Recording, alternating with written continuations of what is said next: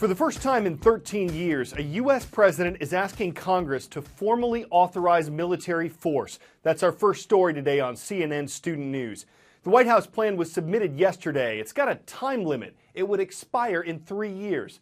President Obama said it could be reconsidered by the next president at that time. He says the U.S. should not get dragged into another prolonged ground war in the Middle East. But the authorization would allow the president to put U.S. boots on the ground, something he said last year he would not do. And there's no heavier decision than asking our men and women in uniform to risk their lives on our behalf. As Commander-in-Chief, I will only send our troops into harm's way when it is absolutely necessary for our national security. In 2001, Congress authorized President George W. Bush to go after the terrorists responsible for the 9/11 attacks. The Obama administration believes this same authorization allows it to go after the ISIS terrorist group. So why is it asking for Congress's approval? The president says it'll show the world the U.S. government is united in its resolve to fight ISIS. But while lawmakers agree some kind of legislation is needed, they don't all agree on what it should be. I'm not sure that the strategy that's been outlined will accomplish the mission the president says he wants to accomplish. And his point, the president's point, is that he wants to dismantle and destroy ISIS.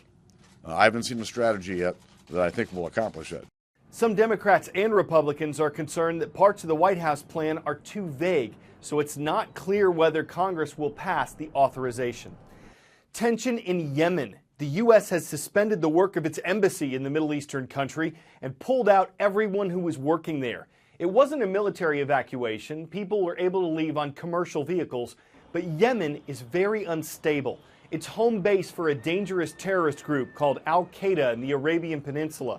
And it doesn't have a working government since Houthi rebels took over earlier this year.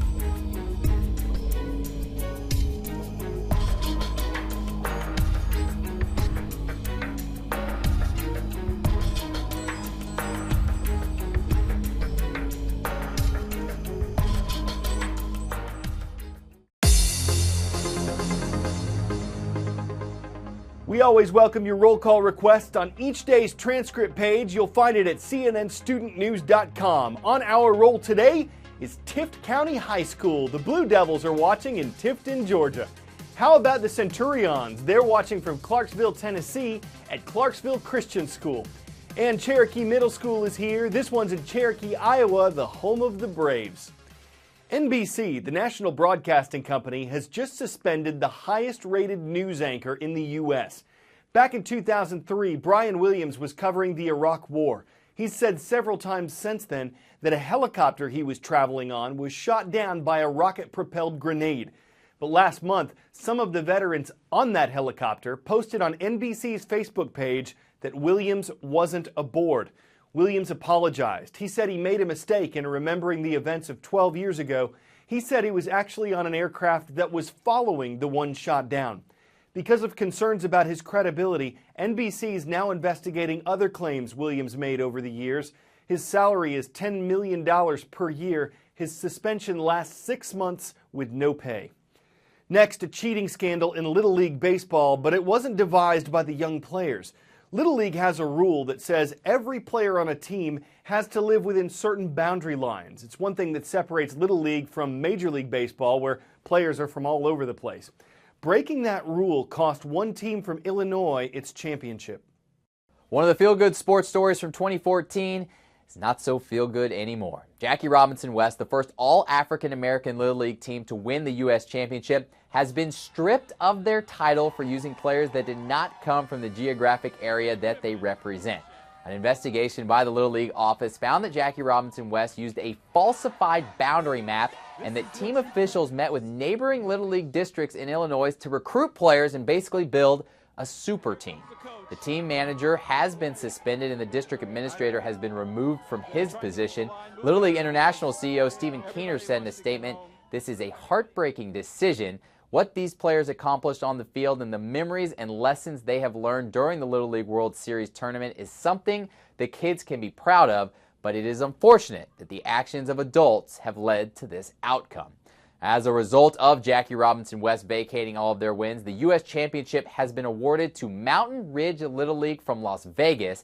This is the third time in the 68-year history of the Little League World Series that a team has had to vacate wins. The last time it happened was 2001 when a team from Bronx, New York was stripped of their third-place finish because pitching phenom Danny Almonte was found to be older than he claimed to be.